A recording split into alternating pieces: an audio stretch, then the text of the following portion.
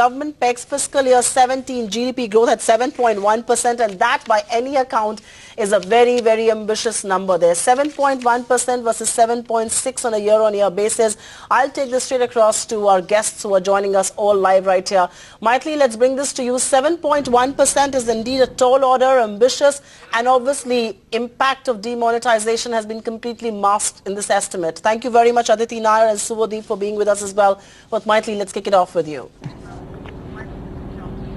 Well, I'm not surprised, Supriya, for the simple reason that the CSO has, it can take the plea that it works on the basis of data that is available. And as on date, it has nothing very much beyond what it had on the 30th of November, when it gave you Q2 data, the GDP numbers, for the second quarter of the year. So based on that, after November 30th, all they have is IIP data for October and core sector data for November. So the CSO has this convenient quote-unquote excuse or plea, whichever way you want to put it, that they have no further data on the basis of which they can revise their GDP advanced estimate. And since they go by data, they have stuck to that 7.1% number, which is what the Reserve Bank of India's number also was. They know, I suppose, very well that the number will not be anywhere near 7.1, but since they go by data, they can take refuge in that plea and stick to 7.1. So I'm really not very surprised. It's done a very technical exercise without going into what it should have behind the obvious numbers. But that's the statistical organization for you. That's the statistical organization for you, but that is also perhaps the premise and basis of numbers going forward, especially the budget math, and which is why, let's take this across to Aditi Nair, a half-baked and rushed exercise which doesn't take into account the impact of demonetization. The number, we all know, Aditi, is going to be nowhere close to 7.1%. A, where do you expect that number to be, and does this exercise actually remains something in futility, because one will never know what the impact will be, and hence 7.1% is anything that you can pull out of thin air right now?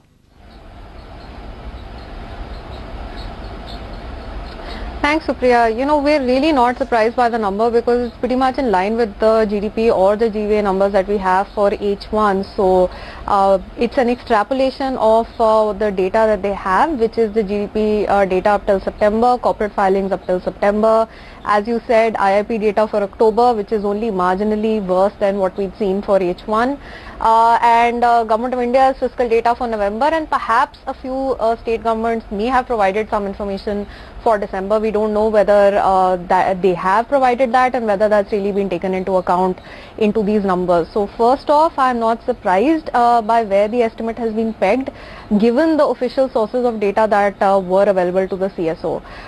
Secondly, our estimates are lower. Our GVA estimate for the full year is 6.6% and GDP estimate is 6.8%. So fair bit lower than what today's advanced estimates have indicated.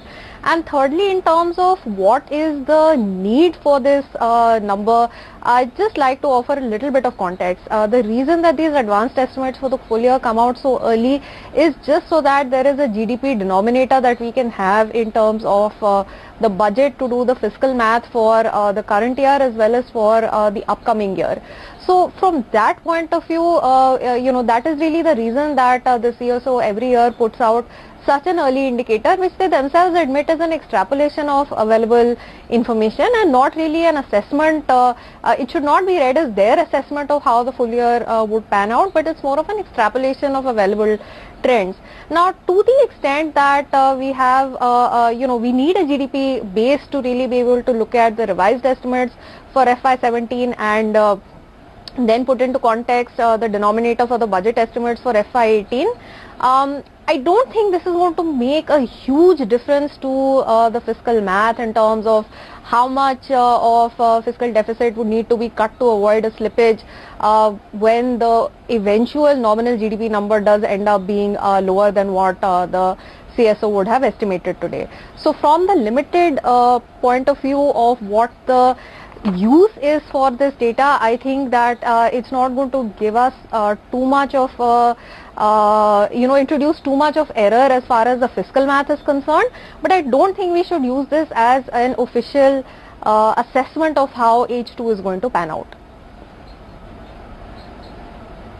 Yes, of course, this isn't an official estimate, but one is perplexed to say that if the GDP denominator is going to be determined by this data, how wrong or how far away from the mark we can be. Subhadeep, you want to come in on that? Aditi Nair here believes that this is not going to have much of an impact as far as the budget mathematics is concerned, because this is data that is always extrapolated. This time around, yes, it has mass, it's half-baked, it's rushed. What's your take on that?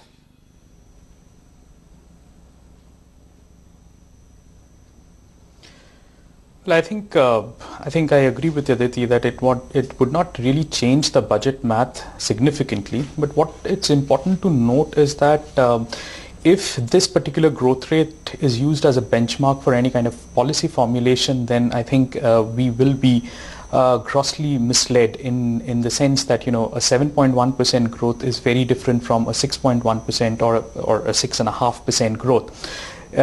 Along with that, there are certain sectoral breakdown also that comes with this release, which also gives some indication which kind of sectors are moving which way. So from that perspective, I think a policy formulation or a budget formulation, whether in terms of, you know, the rural sector needs an impetus, or which particular sector, say a real estate sector, needs an impetus in terms of if it's really slowing down, those kind of cues are taken from this particular estimate. Having said that, obviously this does not change the budget math. The tax buoyancy estimates might be a little off, but I think we can live with that. However, I think it is important to note that this year this kind of a number is leading to some amount of doubt in the market and all.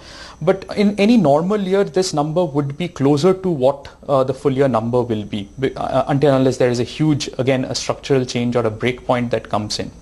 Further, also with respect to this particular budget that is coming up, the economic survey also will gain some amount of importance, specifically to understand what the finance ministry or the government's thought process and what kind of exercise they have done and what kind of results they have come up with this entire November to December period, and also January, in terms of the note ban, what kind of impact it has on the economy, because that will set the tone in terms of what the budget should also kind of work on, or what the budget will provide for.